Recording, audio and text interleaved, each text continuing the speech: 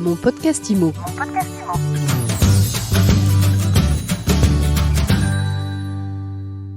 Tous les jours, on reçoit celles et ceux qui font l'actu IMO dans mon podcast IMO. Et aujourd'hui, je suis avec Frédéric Chaminade. Frédéric, bonjour. Bonjour Ariane. Alors Frédéric, vous êtes directeur général du groupe Arche. Arche, ça ne parle pas forcément à tout le monde, mais si j'ajoute que vous détenez Citia, La Forêt, Guy-Hoquet et depuis peu Saint-Thuries 21, eh bien on comprendra que je suis avec un poids lourd du secteur.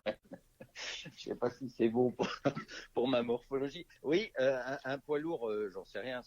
On a, au fur et à mesure des années, Philippe Briand a développé une structure familiale spécialisée dans l'immobilier et auquel on a rajouté un certain nombre de services au fur et à mesure de la demande des clients, de la demande de nos franchisés, que sont l'assurance, la SNEXI avec l'expertise immobilière, un réseau de mandataires parce qu'on voulait voir aussi comment fonctionnait cette activité, de la défiscalisation, bref, toutes les activités qui tournent autour de l'immobilier, d'où la création de cette galaxie, c'est comme ça qu'on l'appelle chez nous, parce que c'est un ensemble de planètes, un écosystème qui est amené à fonctionner ensemble. Cette galaxie, elle compte depuis peu Saint-Thuries 21 que vous avez racheté à Nexity.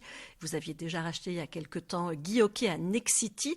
Qu'est-ce qui vous a poussé à faire cette acquisition ? C'est vraiment l'idée du portefeuille de marque et du fonctionnement. D'abord, c'est la rencontre entre deux hommes, Alain Dinin et Philippe Briand, qui ont, je crois, une confiance mutuelle qui s'est effectivement étoffée au fur et à mesure des années. Il y a eu l'épisode effectivement Guy-Hoquet. Aujourd'hui, c'est Saint-Thuries 21. Il n'y avait plus de logique économique dans l'environnement Nexity, compte tenu de la réorganisation du groupe que souhaitait son président Alain Dinin. Et chez nous, par contre, il y avait une vraie logique d'accueillir le leader des réseaux de franchise en France, leader incontesté, historique en plus dans l'environnement. Et nous, évidemment, on était très fiers. En plus, c'est une école de vente, c'est des process, c'est une vraie couleur, Saint-Thuries 21. Et c'est pas que la veste jaune, c'est une vraie couleur, un ADN très, très puissant. Vous nous rappelez le montant de l'acquisition ? 85 millions. 85 millions. Donc, on parle de galaxie, on parle de planète, du coup. Est-ce que les différentes enseignes qui sont dans votre galaxie, elles coexistent ensemble ou côte à côte ? Et est-ce qu'on ne peut pas avoir le choc des planètes, le choc des enseignes ? En tout cas, on essaye que non. Non, bien sûr, c'est très cumulatif tout ça.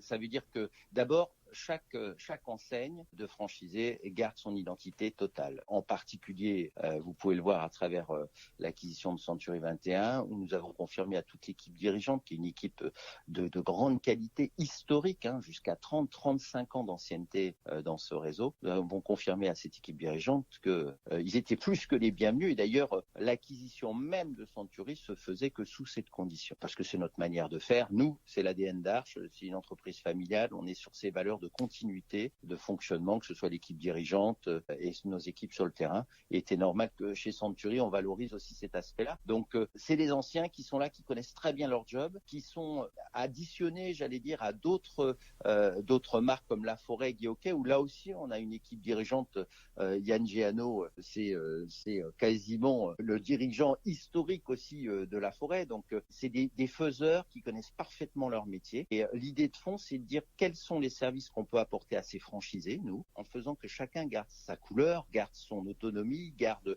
d'ailleurs cet esprit de concurrence entre eux, même s'il sera fait avec bienveillance, il sera présent, c'est évident, quand on connaît déjà les dirigeants, et je rajoute à ça Stéphane Fritz pour Guy-Hoquet, et leur volonté de différencier leur marque. Donc, on travaille en concurrence, c'est certain, et après, c'est comment on peut se retrouver sur des plateformes communes de réflexion. C'est l'assurance, c'est l'expertise immobilière, c'est surtout la data, c'est la possibilité d'avoir un fichier commun demain dans l'intérêt de notre client final. C'est plein de perspectives. Et puis, c'est un sujet aussi, c'est le digital, c'est faire qu'on parle le même langage. Et à travers le développement d'un logiciel commun, ça nous permettra évidemment d'être beaucoup plus réactifs en bout de ligne pour notre client final. Le groupe Arche aujourd'hui, c'est combien d'agences immobilières en tout ? C'est quelle part de marché sur la transaction ? L'idée, sincèrement, par rapport à tout ce qu'on vient de dire, c'est pas ça. C'est pas un cumul de Lego et tout ça qu'on emboîte en disant ouais, super, on est dans ce truc-là. C'est c'est une idée de fond plus forte d'assemblage, de prestation de services ensemble, de plateformes communes. Et puis voilà, alors nous, aujourd'hui, on a un nombre d'agences, au total, c'est presque 2300 agences. Si on additionne Century, Guy-Hockey, La Forêt, les Citia, c'est 2300 agences. Et puis on sait que c'est 18 600 collaborateurs dans sa globalité. Et attention, c'est des collaborateurs sous des enseignes. C'est pas des collaborateurs directs d'Arche en partie. On a ceux qui sont sous Citia, qui sont des salariés de Citia, mais les autres sont des salariés des franchisés. Aujourd'hui, vos emplettes, ça concerne des agences immobilières traditionnelles vitrées. Est-ce que demain, on peut imaginer que vous vous intéressiez à des agences en ligne? On s'intéresse à tout. Sinon, ça veut dire qu'on fait pas ce métier. Il faut évidemment être curieux. C'est comme ça que l'on a fait ce rapprochement avec le Bon Agent, qu'on a fait cette acquisition. On a remis à plat d'ailleurs l'organisation du Bon Agent pour le réseau de mandataires, pour bien comprendre comment ça fonctionnait, pour le mettre à notre ADN avec des contrats uniques, avec une manière de faire, avec là aussi un logiciel spécifique. Alors après, l'agence en ligne pure et dure, c'est pas trop dans notre ADN, pour dire les choses. Nous, c'est vraiment la proximité. On le voit d'ailleurs à travers les agences Citia. On est anti-plateforme, on est anti tout ça. C'est plutôt des agences d'une taille moyenne, plutôt proche du terrain, où nos clients, nos conseillers syndicaux, etc. puissent venir. Et puis pareil pour les franchisés, c'est un petit peu la même logique.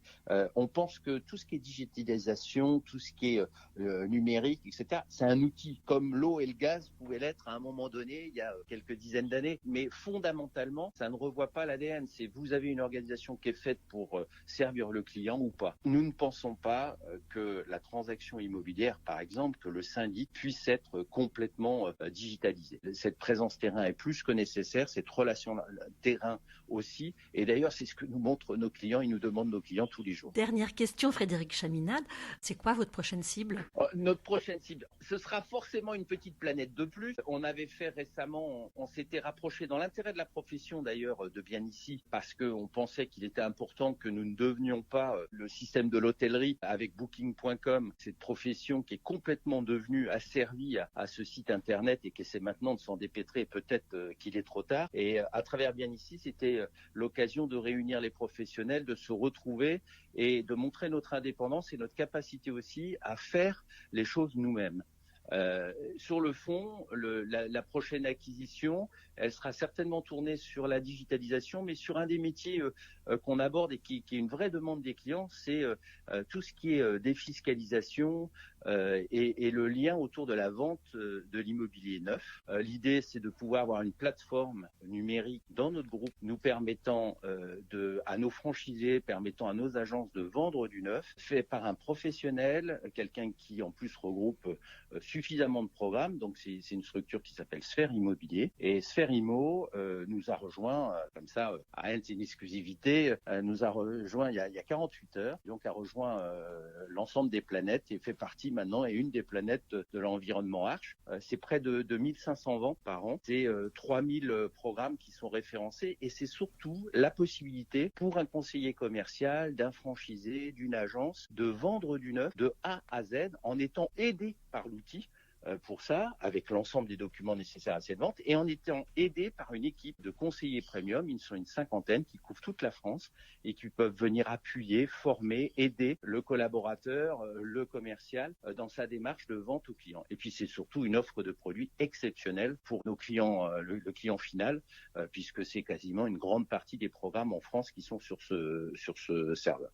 Bon, alors, c'était pas la prochaine, mais la toute dernière acquisition. Vous avez payé ça combien, Frédéric Chaminade? Allez, je vais laisser ça. C'est deux jeunes qui ont monté ça. Ils ont monté ça il y a 10 ans. Ils sont battus, ils ont développé leur système. Je sais ils ont pas trop envie. D'abord, ils voulaient pas être considérés comme une licorne et ils ont raison. Ils avaient assis vraiment leur savoir-faire, leur fonctionnement. C'est une structure qui est rentable dès aujourd'hui, qui fonctionne bien, qui est reconnue d'ailleurs par un certain nombre de professionnels. Et je vais garder le secret quand même sur la vente. Je suis désolé, Ariane, sur le montant et tout ça. Je les laisserai annoncer le montant du chèque. Je préfère.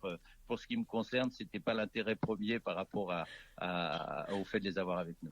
Merci beaucoup. beaucoup en tout cas Frédéric, je suis sûre qu'on en reparlera. Donc je rappelle que vous êtes le directeur général du groupe Arche, puis j'en profite pour dire que mon podcast IMO, c'est tous les jours sur MySuite IMO et sur toutes les plateformes de téléchargement. Alors abonnez-vous, partagez, commentez et laissez-nous des étoiles. Merci Ariane, au revoir. Mon podcast IMO.